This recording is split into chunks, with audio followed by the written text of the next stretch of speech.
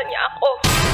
Mas pinainit. Ramdam ko ang halik niya sa leeg ko, bababa sa aking. At mas pag-uusapan. Tinanggal niya bigla yung panty ko. Mga sikretong dito mo lang mapapakinggan. Top Secrets. Top Secrets. Top Secrets. Top Secrets.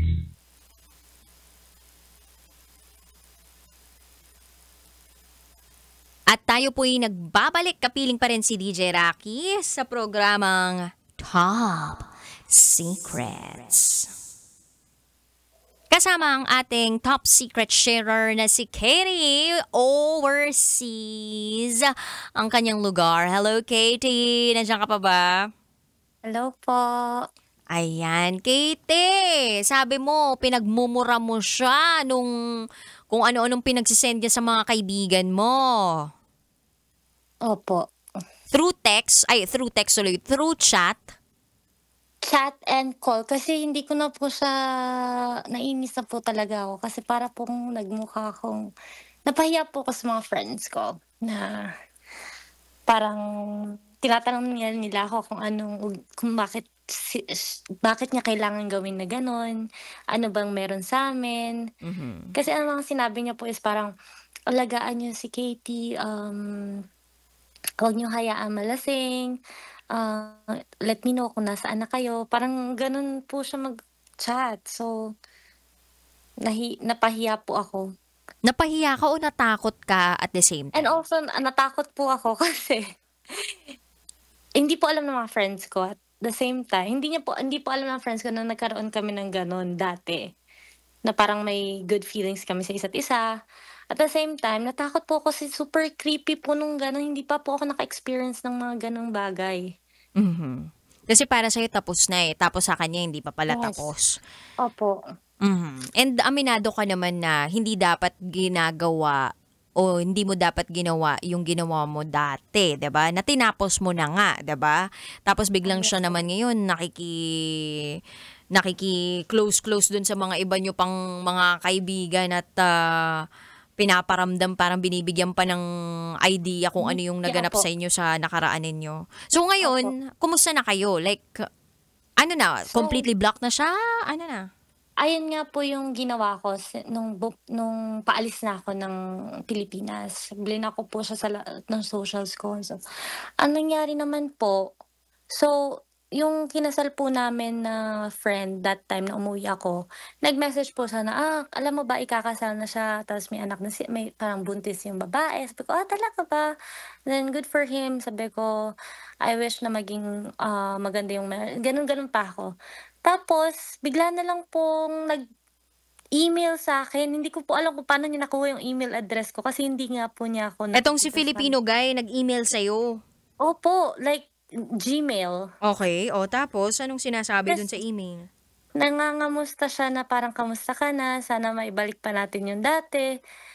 Ako parang nagugulan ako kasi ang alam ko kinasal na siya at saka buntis yung asawa niya na ngayon. Tapos, sinasabi niya nga na, nami-miss niya na daw ako, pinagsisisihan niya daw yung mga ginawa niya last time, gano'n. So, nag-reply po ako. Sabi ko, na kung ano yung nangyari last time, okey na yun. And alam ko din na kinasal ka na daw.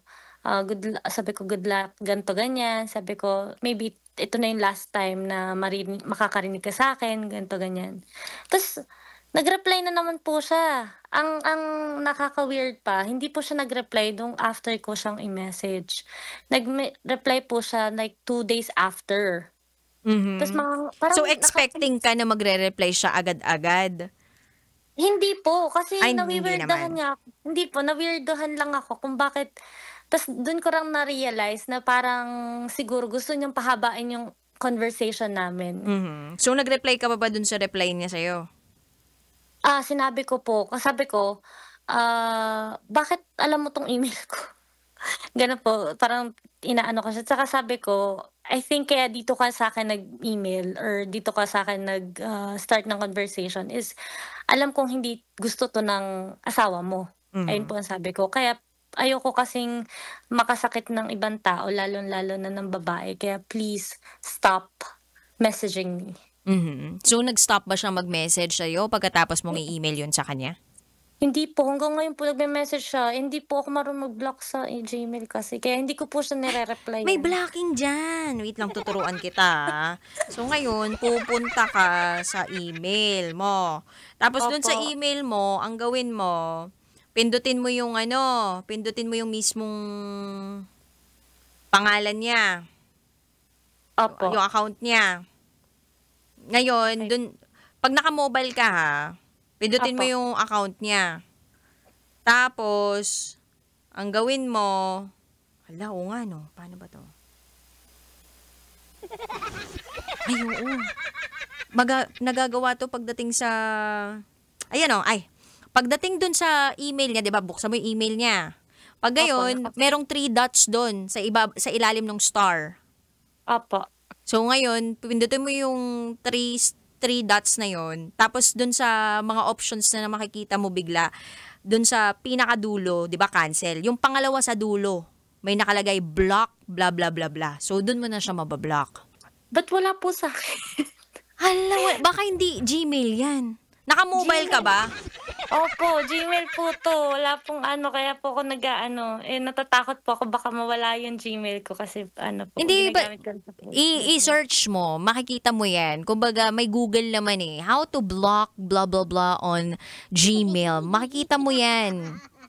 Trinay ko po yung cancel, tapos bigla pong nag-email pa siya. O kaya sa spam, ilagay mo na siya sa spam, ganyan. Oo nga po. Ganun po yung Madaming paraan para i-ignore yung isang tao. Kasi kapag the more na parang i-replyan mo na re-replyan, the more nahahaba lang yung conversation ninyo. Tapos di mo marirealize na, ay, Nag-uusap na naman kami. nag-uusap na naman kayo. Nahulog ka na naman sa patibong niya. O diba? Nahulog ka na naman dun sa trap na parang iniwasan mo na nga dati. So, in order for you to save your sanity, to save your peace, diba, you have to ignore these kinds of people. Yeah. So, yun. Oy, thank you, Katie, ha. Nakagaan ba ng pakiramdam yung pag-share mo dito? Super po. And I want to thank you as well. Kasi super, I think, nakakatulong po talaga yung program nyo. Hindi ko po kasi siya ma-open sa iba kong friends kasi I'm sure na mawi-weirdohan sila sa nangyari sa akin. And also sa asawa ko, hindi ko rin siya ma-open. So, I'm very happy na nakapag-share po ako ng ganitong bagay. Salamat po. Thank you also for trusting this program and for trusting me. Ayan, rest assured na hindi mo malalaman yung identity mo dito. Kaya nga ako pa nga nag-i-encourage sa inyo na, mag-invento kayo ng pangalan ninyo. Ganun. Because this program was really created for people like you na hindi basta-basta nakakapagbahagi ng sekreto sa mga pinakamalalapit nilang kaibigan. And there are some secrets that we want to just keep within ourselves, no? Kahit na sobrang bigat na. But sometimes, di ba, yung kabigatan ng sikretong to, kailangan mo talagang maibahagi eh. And minsan, hindi talaga sa mga malalapit na tao sa paligid mo dapat siyang ibahagi, kundi sa isang tao na hindi kakilala. Yung gano'n, alam mo yun. Anyway, so thank you, Katie, for sharing. Salamat, ingat ka lagi ha, and God bless your marriage. God bless po. Salamat po. Bye! At dyan po natatapos ang ating top secret. Yeah. Alam mo, etong programang to, nagbigay sa akin ng nagbigay sa akin ng additional parang purpose in life. Kasi dati, aminin ko na, natatakot akong i-handle tong programang to, itong oras na to, kasi masyado nang late. Tapos parang alam ko na magbabago yung buhay ko dahil dito. Yung lifestyle ko, yung routine na meron ako. Yung kapag gabi, di ba, ang ginagawa ko, nagbabadminton ako. Minsan, alas 12 ng madaling araw, natatapos ako sa badminton. Ngayon, ang nagbabadminton na lang sa akin, bibig ko. Nakakapagod din. Kasi syempre, ibang oras yung pagtulog mo. Pero, nakahanap ako ng purpose sa ginagawa ko because of this program. I mean, mas lumalim pa lalo yung pagtingin ko sa trabahong meron ako. Pwedeng kaplastikan sa pandinig ninyo yung sinasabi ko ngayon, pero para sa akin, hindi siya kaplastikan, kundi gusto ko lang talagang makagawa ng programa na makapagbibigay ng safe feeling sa mga taong nakakaramdam na hindi sila safe sa mga dapat maging safe sila. Sa mga taong dapat safe sila. Yung ganun. Yung ko nagigets mo ko, kabisyo. Dami kong daldal din na ako sinasabi. Pero I just want this to be a community of openness and sharing. So this is your safe haven. Ito yung programang hindi ka husgahan, bagkus ikaw ay pakikinggan. So kabisyo, tawag lang sa akin programa every time na meron kang pinagdadaan ng mabigat at gusto mo tong i-unload sa sarili mong damdamin. We are here to listen to you without any judgments. Anyway, nakasama niyo po si DJ Raketera. Bukas ulit magsama-sama tayo alas 9 ng gabi hanggang hating gabi. Sa stasyong number 1, 90.7 Love Radio. Kailangan pa bang i-memorize yan? Basic. Bye-bye! Good night, people! Tandaan ninyo, nandito kami. Nina Tanya Chinita, Uncle Dagol, Nicole Ayala, Diego Bandido, Maratoni, Robin Shena, Konyo Bicolano.